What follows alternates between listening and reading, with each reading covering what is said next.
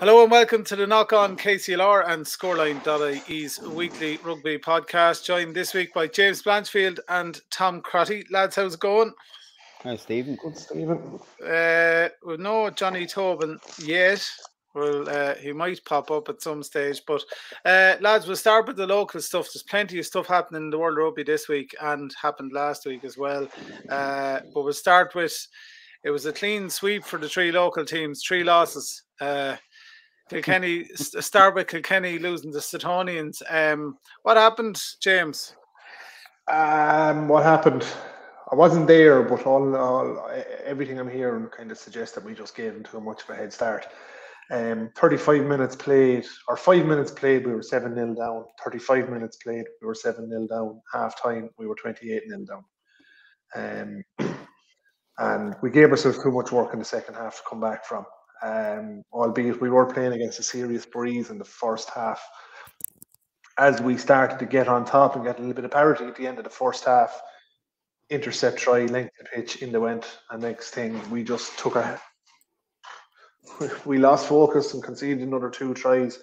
We came out in the second half. Doc scored, Jake scored, Roy Stanley scored. We left ourselves with every opportunity to get a draw or even to get a 4-try bonus point. But from where we were at half time to where we were at the end of the game, to actually come away with a losing bonus point was massive for us. 10 players missing through injury, still managed to put out a very, very strong side that competed with Suttonians. So disappointed to lose. It's a point on the board, and as the fella says, we'll just go again. Yeah, absolutely. And you have a Christmas break now as well, but you've possibly a bit of catching up fixtures to do, James, as well. But you'll have a bit of a rest in between and hopefully get a couple of lads back and fitter, if that makes sense. The Bective game was meant to be played this weekend. Remains to be seen, even still, if it's going to be played.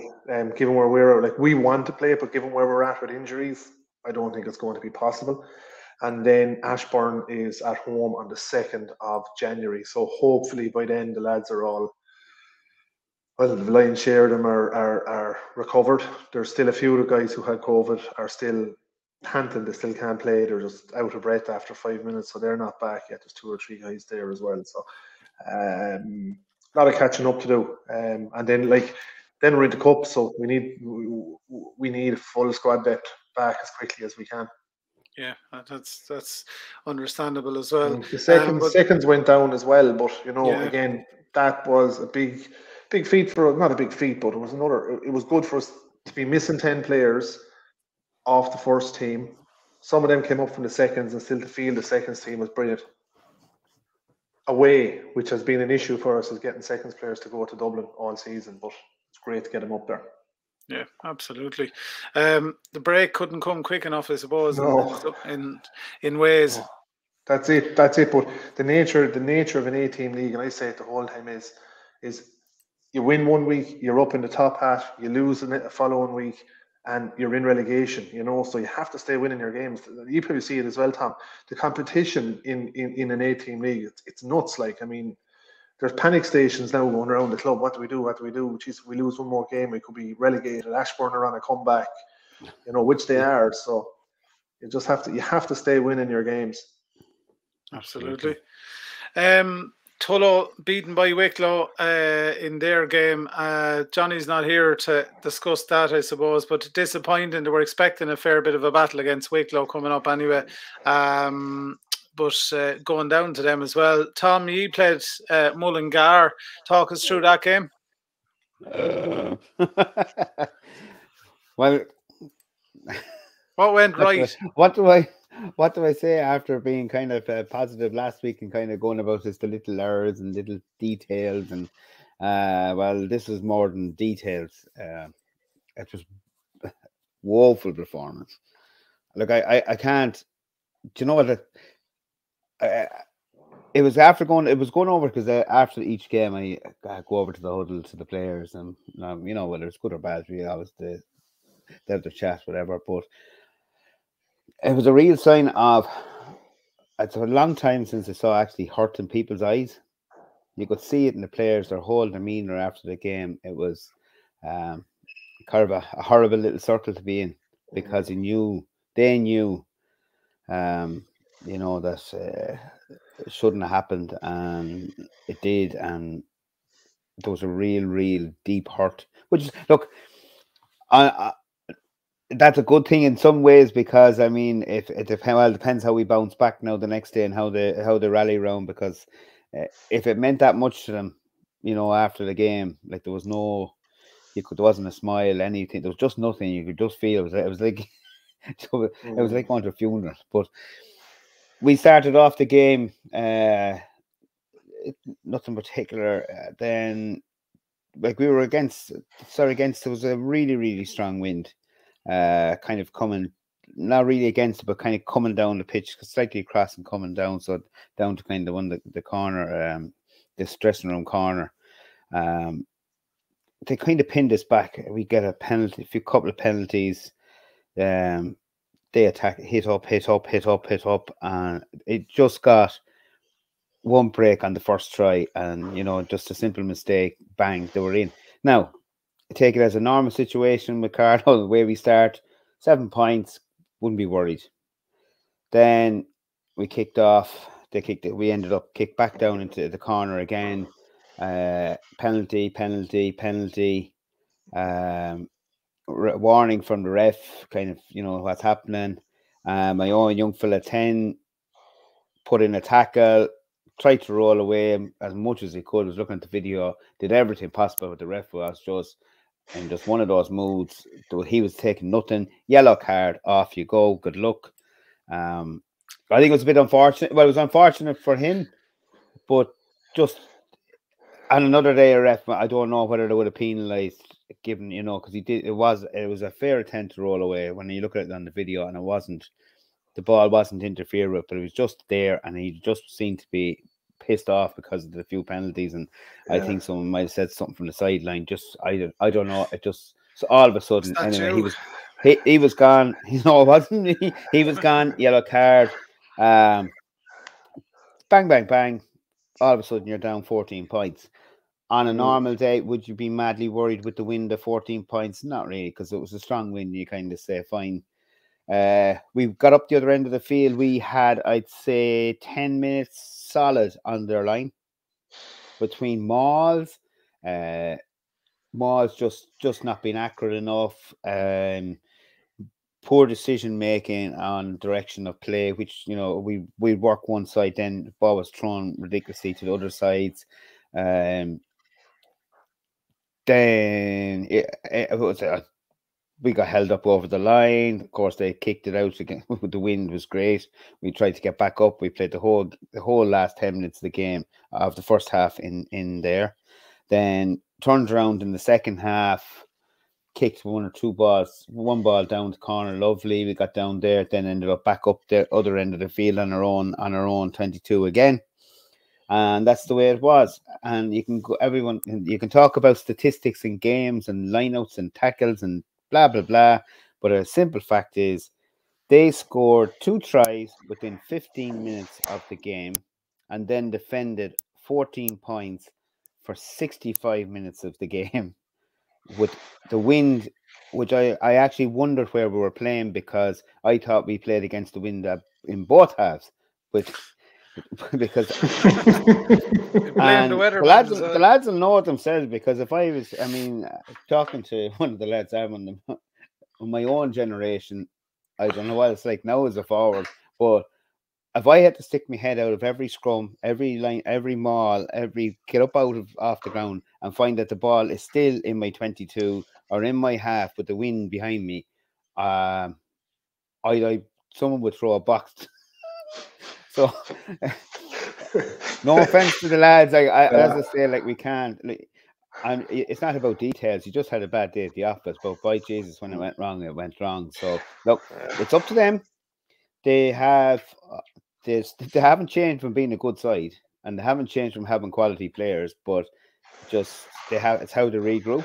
You know, like it says, like Kilkenny's exact same position. You now have New Year. I mean, we could go from being, we're out, basically the chances of getting straight promotion is gone, but we can get into 2. It takes a lot of effort and a hell of a lot effort from the lads, and a bit of luck and a bit of, but you make your own luck. I'll tell you how bad it was. That the conversion for the try we actually got, which we really didn't probably deserve because we hadn't played, hit the post and came back off. So we lost our boat, didn't get the bonus, the losing bonus point. So that just summed the day off. Yeah. But then no luck. We'll put away with the first because the lads know themselves at this stage. It's not this, and in fairness, they have been training hard. They've been working really, really hard. So it's just they just had a really bad day. But previously, I was up watching. We watched the seconds game, and I watched one of the best games of rugby I've seen in a long time. They were absolutely on the money. Their passing, the way they played, the speed of ruck compared to the first, it was just. Ball went to ground, whipped away, handling, drawing players, ball out the back, kicking down the field. When they were, I know it's the opposite pitch. If you know Carlow, the top pitch is from left to right on the top. So the wind was coming over the wall on the right and goes straight down pitches. It always does. There's never any other way when it's a gale force wind. So in the first half, you play really straight against a strong wind, and then second half, you'll have it in your back. But the way they played with the wind, like a fantastic win, like 53-5. Mullingar were in second place, and they were a strong enough set. We played them the last day up there, and there wasn't a whole lot between the two teams. I have to give a mention, Alan Owens, a young out half, had a cracking game. Absolutely cracking game. Evan Gordon, who had come down off the first, really turned around, had a storming game. John Lyons, another player who had been on the first for the last while as well, had come back down. John had helped steady the ship and his experience and the way they played. Young back row of Jack Hickey, Steve Tracy, and Scott Neal, fantastic. Just so many young players there that just really, really, I tell you, just put a smile on everybody's face. I watched the two videos for my sins. I got the videos after the slightly edited versions, and watched both games again. And to see the seconds play, I have to say, lads, look, Jesus, it was a great game, and it just shows the strength. There is strength in depth there. There's a lot of players there. There's some players on the first probably played themselves off the team, and there's some players in the seconds have played themselves up onto the team. Or thereabouts. The panel is strong. That's a good complaint. Please, but just like yourself saying, like you tend to be able to field, isn't a good thing, James, to be able to field, to be able to say, right, we fielded the seconds and the first, travelled to Dublin and had 10 injuries. 10 players not available. Yeah. Do we still have one or two, but not a whole lot. But it's just to be able to, and in fairness, I know I was just talking to the Tullow president, and he said they should have beaten Wicklow. Like I saw at half time, which was really, really getting kind of just after half time. I looked, Tullow were still beating Wicklow, and we were losing 14. So the old stress levels were a bit high on Sunday. But look, I think they were a bit unfortunate, but they fielded the seconds as well. Like Tullow fielded their seconds. So, and that's a great thing to have. So, in fairness, well done to them. And I'd say it was a ding dong game because, like, from anyone I heard, it was definitely Tullow's best performance of the year. The players that they had, and lads filled in and came up. So, like, well done to them too. For them to lose the last kick of the game, last strike, is cruel. It's absolutely cruel. Yeah. But funny one there when you mentioned when you take your head up out of a scrum and you see that you're still inside your own 22. A certain second row that used to play for ye, who's from Kilkenny. I remember coming up out of a scrum with him once, and we were in the same situation. He looked at our out half and he says, "If you don't kick that effing ball down the far end of the pitch, that is what you're going to get." So, you know who I'm talking about, and the former man who it is. So when he says that, you take him seriously. Absolutely. Yeah. Just to add, congratulations to our women. They're top of the league at the moment, and had a big win. Well, they're joint top of the league with Navan. Had a big win over Tullow on Sunday, 25 points to 5. So it's a 2-horse race in that league now. It's down to our brilliant stuff. And having big win. Fair play to Paddy and the crew. Yeah, absolutely. Congratulations, and keep her lit, as they say. That's it. That's it. We're going to wrap up the local stuff there and move on to... one more thing, yeah, go ahead. Stephen. Best of luck to our under 13s, 14s, and 16s who are all in the Southeast finals this Saturday. What is it? The 16s are in Tullow at 2 o'clock. The 14s are in Enniscorthy. I think. No, sorry. The 13s are in Carlow at 2. The 13s are no, your 13s are in Carlow. That's right. Are you in the cup final or the shield in that? The cup final. You're at 3 o'clock in Carlow on the 13th. Is that it? I was told 2. Jeez, I must change that. No, it's 3 o'clock because I have to present. I have to present the cup and that. So hopefully, I'll give you the times here now, just so everybody knows. I know you're busy. Under 13s in Carlow against Wexford at 3. Under 14s against Arklow and Enniscorthy at 1, and the under 16s against Wicklow in Tullow at 12. And also well done to our past player Willie Wright, who has picked up the New Zealand Heartland Player of the Year. So pretty much is the best junior player in New Zealand of the year. Very good.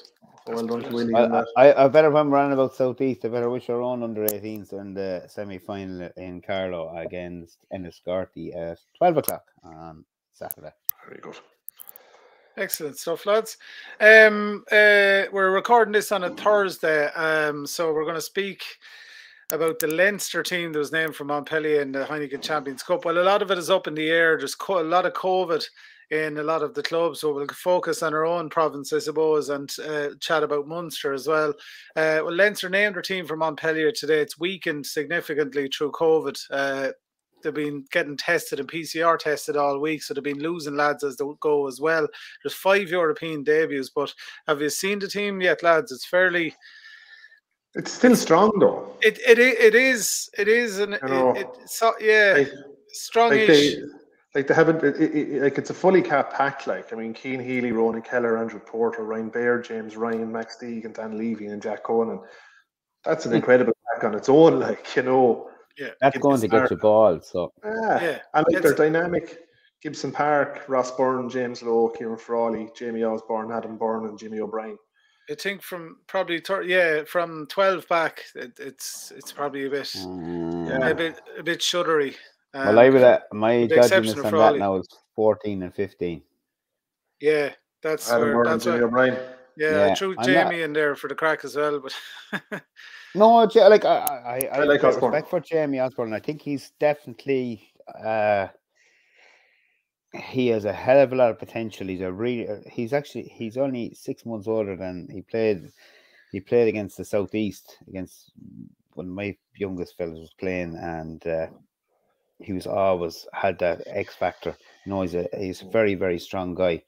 But to see him the way he's developed is unreal, you know. So I mean, he's one definitely for the future, and I don't think he'll let them down. I think he'll have I won't be eating his shorts after, but just go. And the fact that I think he could really, really play well. I mean, I'm not a mad fan of Adam Byrne on the wing, and Jimmy Ryan doesn't really light up my world, but I don't know. Am I right? Osborne came through the club in Naas, though, didn't he? He did. Yeah. He played CBS school. He played he came through the CBS, and his brother is there. His brother's at Munster, isn't he? No, I think. Well, no, that's no relation. I don't think that's a relation. He has a younger brother. He's another younger brother coming through the Naas system. Because I think wasn't the Naas Centre partnership a couple of weeks ago. Craig Ronaldson and Jamie Osborne were in the team together, I think, weren't they? Or they were meant to be anyway. Yeah. Interesting. It's Andrew Porter probably never thought he'd be going back to Tighthead as quick. Yeah, look, you'd hope it goes ahead. We'd hope it goes ahead. This damn thing, we just have to live with it, lads. And you know, however long more it's going to be with us, I don't know. But we just have to see a rake of Premiership matches called off there as well today. We just have to start living with this, you know. Yeah, absolutely. Fingers crossed it goes ahead. As we chat, it's Thursday evening. France have brought in a number of travel restrictions from the UK, which will affect Ireland as well. because the Leinster team are flying out on Friday morning to the match and then playing the match that evening, which isn't ideal either. But obviously it's forced as well. And then, of course, you've lots of other games up in the air. We'll hope we get a couple of games anyway this weekend in the Champions Cup. Other than that, you're looking at lots and lots of walkovers. Well, not walkovers, but games being abandoned and score handed either way, whatever. But it could have a huge implication on like seedings and everything as well. If you get a 28-0 win because the other team can't field a team, you don't get a bonus point. So it's, all that'll play out at the end of the I suppose the league section of it, or the group section of it as well. Isn't that a bit mad though to give them the bonus point? Like, why are they giving people a bonus point? Like, why did Bristol, who are second from the bottom in the Premiership, getting 28 points because the other team can't play? Like, that's just, why give them the points if that's the case? But why are they getting why do they give them a full bonus point? Like, a bonus point means a hell of a lot, and you know how hard it is to get a bonus point. Yeah, it should be the bog standard. I haven't seen a Munster team named, actually. Is it named? No, it's not named yet. Not yet, no. Right. These were great last week, though. Yeah, fair play. They were. It was great. It was great to watch. But it was lovely to see. Lovely to see the smiles on young lads' faces. But doesn't it just go to show like the importance of the AIL? Like, these guys, they're playing AIL rugby week in, week out. What I can't fathom why so many academy players who are on the fringes for the province aren't sent back to their clubs every single week to play rugby. Yeah. Absolutely. The AIL should be full of contracted players every week. Yeah.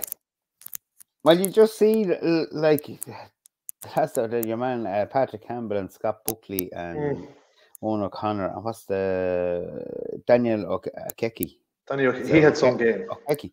Like, he's playing with Thomond, so like.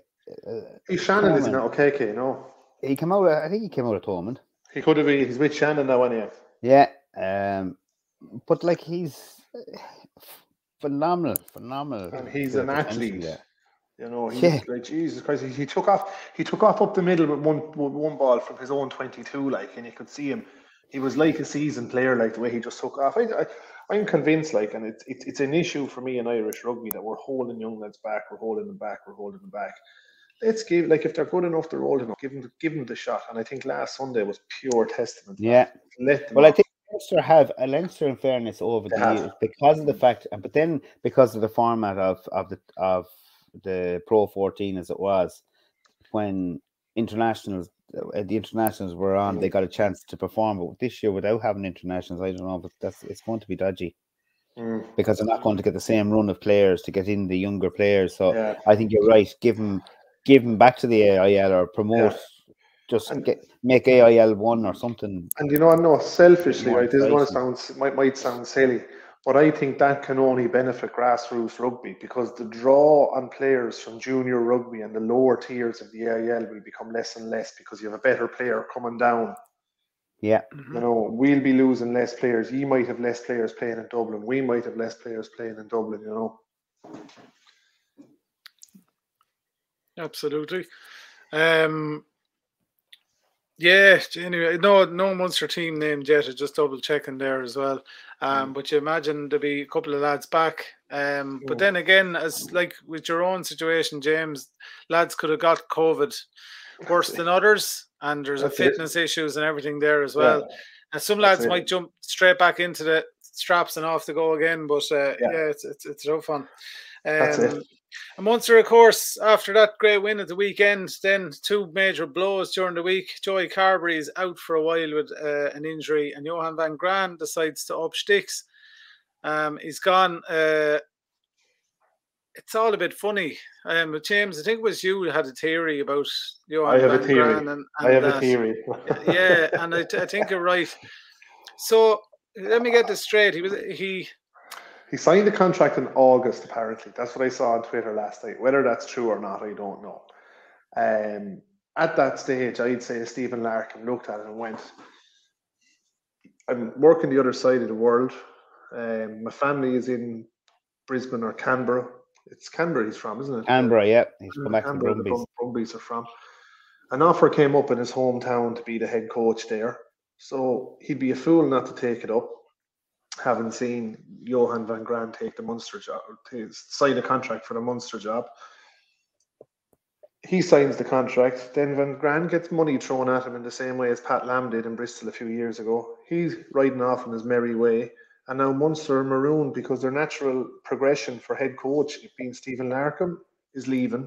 So I think Munster are marooned. I think they're going to find it very difficult to get an appropriate, find an appropriate solution. But the other side is that it gives Munster a great opportunity to bring in a full new coaching ticket, keep hold of Graham Roundtree just for that little bit of continuity, and bring in a new coaching ticket. And be that Mike Prendergast, who I'm a big fan of, be that I see your man Dave Wessels, the South African, to it as well at the moment. Whoever it is, you know, you can look at it in two ways, but I think there is an opportunity there for Munster. But I would just feel that if Van Graan had made his decision sooner, that Larkham could have stayed on. Yeah. But, you know, it's the game that rugby has become. It's a professional game. It's a business, and these guys will chase money, you know. And in fairness to Van Graan, he has Munster in a better place than the Munster that he inherited. I think they're going well, and I think last weekend is proof of that. Is the progression happening fast enough though, James? No, it's is there not. Still a lot of interference from the offices upstairs? I always had that theory. Yeah, I believe so. I believe there's an outside investment group involved with Munster and a cohort of, shall we say, wealthy people who want success. I believe then there's the kind of, the elite players group or the players development group, and it's a lot of ex-players in there, Mick O'Driscoll, John Kelly and co, and they're calling a lot of shots as well. So maybe there's a lot of that going on, but maybe these guys feel that Van Graan wasn't the man for the job and that they're probably happy that he's gone as well, you know. But we're all held accountable as well to our offices in our jobs. You know, John Purcell holds you accountable, Tom, or Stephen. Tom, you hold yourself accountable. You know, man upstairs here holds me accountable for my job. We all have to answer to the people upstairs as well. Yeah, absolutely. Well, I just thought it was just a kind of scummy thing that you know, you go to sign a contract and then and pull it. Now, I'm going to say I don't have any issues with him going. I want to see. But Johnny Holland came up. You know, Johnny the player. Yeah, but he's like Johnny's with was the one he's assistant coach of Cork Con, isn't he? No, it's Jason Holland you're thinking of. Yes, sorry, Jason Holland, not Johnny Holland. He's with the Hurricanes, isn't he? The Hurricanes, yeah, he came up, but he said Munster need to find somebody that loves Munster. And there's a couple of obvious choices there. You know, you can't just keep.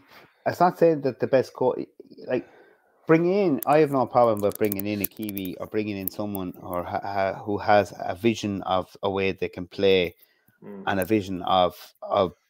But you need a group of people there also that have a real passion for the province, the same as Leinster have brought in every time. Yeah. Like to have Leo there, and everyone thought, Jesus, what we're doing here with Leo when he signed up first, and we're kind of looking, but look at the structure and the people that came around him and gave him all that support. The support that he's had has been amazing, and like to have Stuart Lancaster with them. Like Jesus, I mean that was a major piece. Like, that was a major coup, and Stuart Lancaster loves his job and loves Leinster. So I mean, he could have gone at this stage. Look how long he's here. He could have gone to any Premiership team, but he hasn't gone. And I'm sure he has had phone calls. But I think it's the fact that he seems to love being with Leinster, and he also has his own business and other things going on, and I think the Sport England as well. But he absolutely is 100% blue. Do you know what I mean? And like we can all say with Van Graan, but I mean, he didn't bring in. He settled things.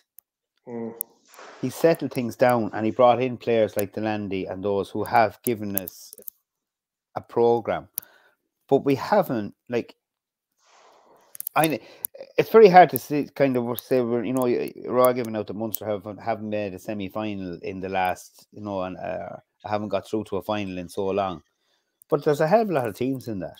There's still a top 4 to 6 team. Yep. They're still there. Like if it was soccer and you were coming in top 4 in the Premiership all the time.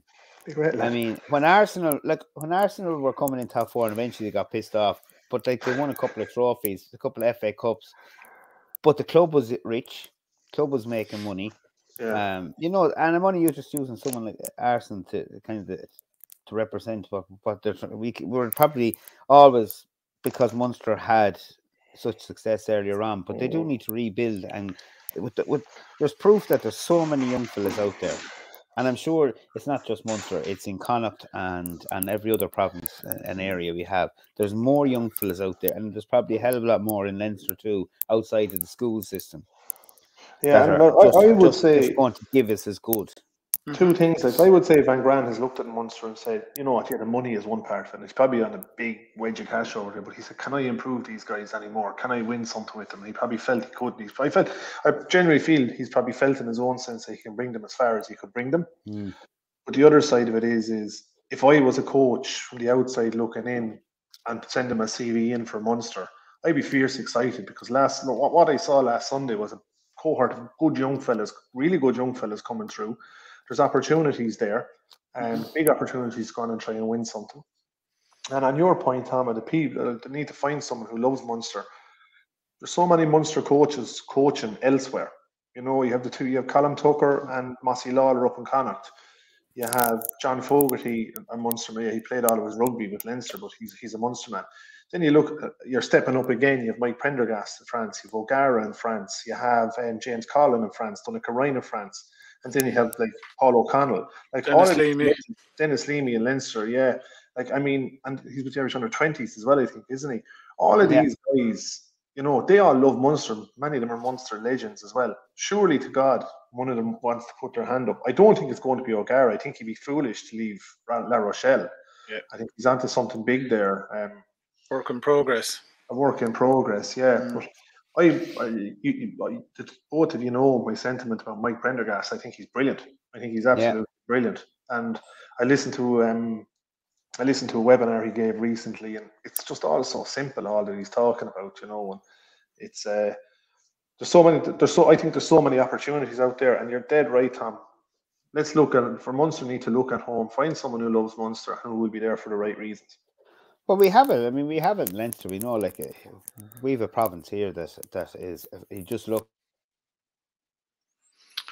at the people that are involved, CROs that we have, all the way from grassroots up. Like, there's no doubt that everyone here is, like, you know, in the system is blue. Yeah, and they stay with them. You know, they stay with Leinster, and it's a fantastic setup, and it's an envy of a lot of places, a lot of clubs around the world. Yeah, they have it right. Have it right, and we need the others to get the same, because the other provinces need it. Because I mean, Irish rugby is in quite a good place. Like I see our own Noel Devlin in Kilkenny, like our own CCRO, like he does incredible work, the same as your own CCRO above Tom, but like. Noel loves his job. Noel loves Leinster. You know, he loves rugby, and he's in his own word, like he's spreading the word of Leinster rugby, and that's what they're doing. Like, and they're doing it very, very well. Well, I went up today. I thought it was just a friendly game between the Prez in Bagenalstown and the Prez in Carlow, and it was just a load of young fellas there, kind of junior cup age, kind of second years, third years, and it probably could have been the first year or two in there. But like, it was real raw. Yeah. But to see the passion that's around for the lads that were there, the coaches that were coaching them, like, and then we had our own CCRO was refereeing. But like, there was a whole heap of young fellas out in the day who half of them never played rugby in their lives. But it was great old crack to watch. Any of them from the Kilkenny side of the border near Bagenalstown, no? Huh? Any of them from the Kilkenny side of the border over there near Bagenalstown, no? Any lads from Paulstown there that we could be poaching from? No, not Paulstown. Nip over the border. That's Paulstown, County Carlow now, do you not know? Yeah, Paulstown and Goresbridge, County Carlow. Yeah, Barrow Rangers will be in the Carlow Championship next year. Yeah. Yeah. Yeah, it's interesting times. But like you said, James, I think I'd have to agree with you. There's a big opportunity there for Munster. Huge. You know, Huge you could look at doom and gloom all you want, and know they're going to have to rebuild and stuff. But if they nail a proper coach, and might turn a lot of things around. But I think upstairs needs to probably stop interfering as well. A few weeks ago on this podcast, we were questioning the quality of the Munster Academy. I think that was thrown back in our face last Sunday. Yeah. And have to say it, hands up. There's academy players there that none of us heard of simply because they're being held back. And I believe that's one of the reasons that Peter McCabe, wasn't that his name, who's the head of the Munster Academy, I believe that perhaps is one of the reasons that he might have left his job last year, is because he wasn't happy with the way these young fellas were being held back, because he knew the quality was there. Well, you saw that young full-back from Cork, like who played, I think he played minor, he was in the minor final, whatever. Some try. But to see to come on as a first cap, like to be thrown in the deep end in a Heineken Cup match, to get the ball and just have the balls of youth, as they call it, you just have no fear. It's, you know, when you're you throw a 19-year-old, most 18 or 19-year-old lads out there, and they'll just do stuff against you, but he just bang went for it, got the try, and that's what youth can do. You know, other lads will be looking to draw and pull them in, but he just said, "Affect this, I'm going for it." The gap open and I'm gone. Hot off the press, Leinster, Montpellier is called off. Oh, there you are, lads. That's a pain. Bummer, that means they'll have to watch Ulster tomorrow night. Leinster Montpellier tomorrow night has been cancelled. Still to be confirmed where the match points go. Do you know what, lads? I just say fucking extend the season. I think there was chat about that. I think the window is too narrow, I think, with URC and Six Nations. I think they tried to come up with a contingency, but it wasn't working. That's an interesting one, James, because Leinster were going to play this game. Who had the most COVID cases first? So I don't know. I don't know. Blinked? Yeah, was it Montpellier that blinked, or did Leinster go, "Well, we can't fly because of the French rules"? Well, just looking at it here on Twitter now, a lot of people are saying it's the French rules. The French rules have been exempt from professional athletes, apparently. Okay, so that doesn't affect them, only the fans. So who blinked first? We'll find out. This is being recorded, folks, by the way, on a Thursday, so we're not privy to the information that's to come 2 days from now. Unless we have a crystal ball, like James had there about the Munster coaching ticket. But we'll wrap it up, lads, if you want. Actually, just a quick thing before we go. We never spoke about the women's letter to the IRFU. Just totally thrown back at them. The strangest reaction to a letter. Genuine concerns from the ladies' teams. We've been talking about it here before. Have they gone nuclear? Like, I mean, Eddie O'Sullivan said it today. They've just gone nuclear. Could they have? They probably tried. That's true. You know more of it than I do, Tom. I have no idea what was in that letter, and I have no idea what's happening. And I'm like, the only issue I have with this happening, and I don't know whether it was done on purpose, or it was just done tactically, or maybe it was just absolutely no relevance whatsoever. But the letter came out at the same time that the IRFU were to get money. Aid money. 19 million during the week. Now, isn't it? that money, that's true. Money, will be very important, because that money goes back in, and we've already, just in case people don't realize and think that the IRFU they keep all the money to themselves, but all that money has come back down. Like all the clubs, because every club, Kilkenny, Carlow, Tullow, all the clubs have all struggled with COVID, because of COVID. And we've all had money granted to us from the IRFU to keep the clubs running. And we need that. Clubs need that money. And it's the IRFU, in fairness, I don't know what the problem with the women's game. I don't know what, and I'm not getting involved with anyone to say. I mean, the girls' game is just as important as the men's game, and for every club. But I've just seen that, like, the effort to give it a try that we get every year, and the free balls and the t-shirts, and the support you've got from the IRFU every summer to try and promote girls rugby, you know, to get girls started off, so we can fill out women's teams eventually.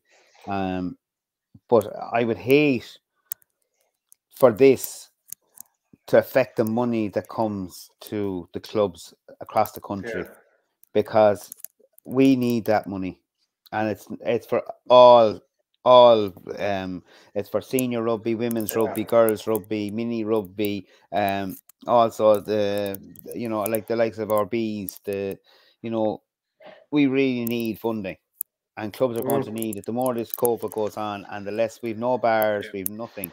So if there is someone who has a TD or whatever, or knows people, tell them, like, or is rugby mad, we need that funding.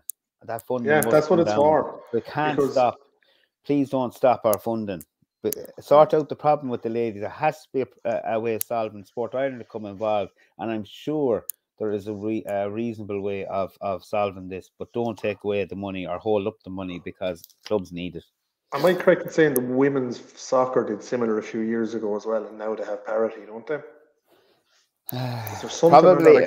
It was over kits originally, I think. That was it, yeah. But you see, the problem with the press conference.